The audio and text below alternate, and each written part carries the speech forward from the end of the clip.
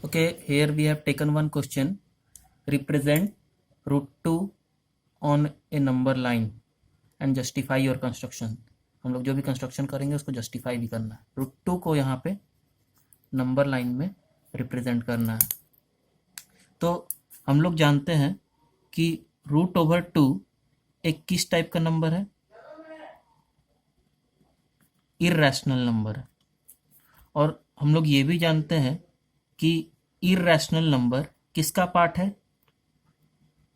Real number का part है, क्योंकि रियल नंबर में हम लोग का रैशनल नंबर भी आता था और इर्रेशनल नंबर भी आता था. इर्रेशनल नंबर भी आता था. तो रूट 2 है एक इर्रेशनल नंबर, और इर्रेशनल नंबर किसका पार्ट है?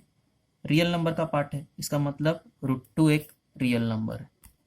और हम लोग जानते हैं कोई भी रियल नंबर का नंबर लाइन में एक यूनिक पोजीशन होता है. इसका मतलब रूट 2 का भी नंबर लाइन में एक यूनिक पोजीशन होगा. वही रूट 2 का पोजीशन को हम लोग को यहाँ पे रिप्रेजेंट करना है. ओके, तो लेट्स बिगिन.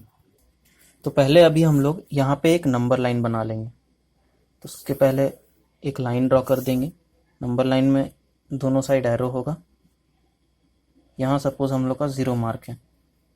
ये 0 मार्क हो गया. अब हम लोगों को कंपास सेट कर लेना है. कोई भी एक पर्टिकुलर ऐसे डिस्टेंस ले लेना है जिसको हम लोग 1 यूनिट मान देंगे. तो यहाँ इसको 0 में रख के इसको टाइट रहना चाहिए. ये हम लोग का 1 यूनिट है. ये 2 यूनिट हो गया. ये 3 यूनिट हो गया. तो इसको हम लोग नेमिंग कर देते हैं 1 2 3. नेक्स्ट स्टेप क्या है कि हम लोग को यहाँ 1 पोजीशन से एक परपेंडिकुलर लेना है. तो उसके लिए हम लोग यहाँ एक 90 डिग्री ड्रॉ करेंगे.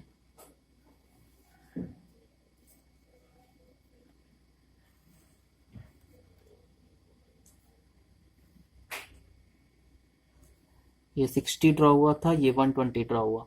अब 60 और 120 का बाइसेक्टर लेंगे तो बीच में हम लोग का ऐसे 90 आ जाएगा. अब ये लाइन को हम लोग को डॉटेड से बनाना है. ये डॉटेड लाइन रहेगा और जितना लेंथ हम लोग को काम रहेगा उसको हम लोग डार्क कर देंगे. तो यहाँ अब हम लोग को वापस से ये लाइन में हम लोग को 1 यूनिट लेना है. तो ये जो डिस्टेंस था 0 से 1, ये हम लोग का 1 यूनिट था. ये 1 यूनिट है, ये यहाँ से यहाँ तक. अब ये 1 को हम लोग यहाँ रख के 1 पोजीशन में रख के ऐसे मार्क कर लेंगे. मतलब ये भी अब 1 हो गया है, ये भी 1 हो गया है. तो अब ये 1 तक हम लोग डार्क कर लेंगे. और इस पोजीशन का नाम सपोज हम ए देते हैं और यहाँ जो 1 आया था इसका नाम बी देते हैं. तो यहाँ से यहाँ तक ये हम लोग का हो गया है 1 यूनिट, और ए से बी तक ये हम लोग का हो गया है 1 unit.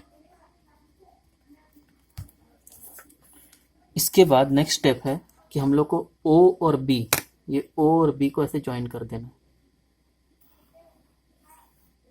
And our claim is कि ये जो OB डिस्टेंस होगा, ये O से B तक जो डिस्टेंस होगा यही रूट 2 होगा.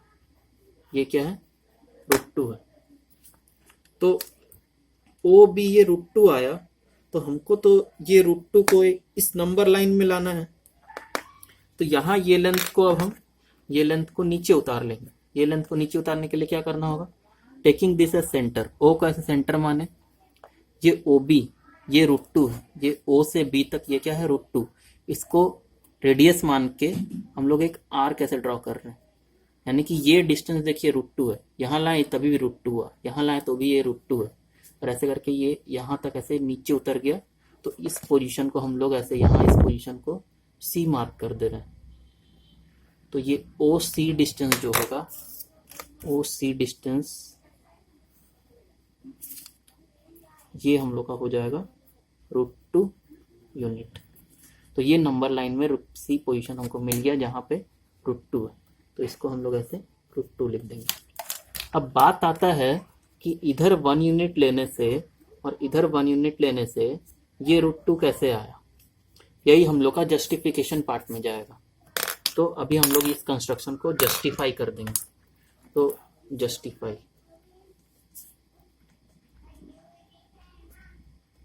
जस्टिफिकेशन पार्ट के लिए हम लोग देखेंगे कि ओ ए, ये ओ ए लेंथ कितना हम लोग लिए थे 1 यूनिट। फिर यहाँ एंगल ओ ए बी, ये 90 डिग्री है, angle O A B equal to 90 degree right angle. और ये ए बी डिस्टेंस भी हम लोग कितना लिए थे 1 unit. So A B equal to क्या हो जाएगा 1 यूनिट।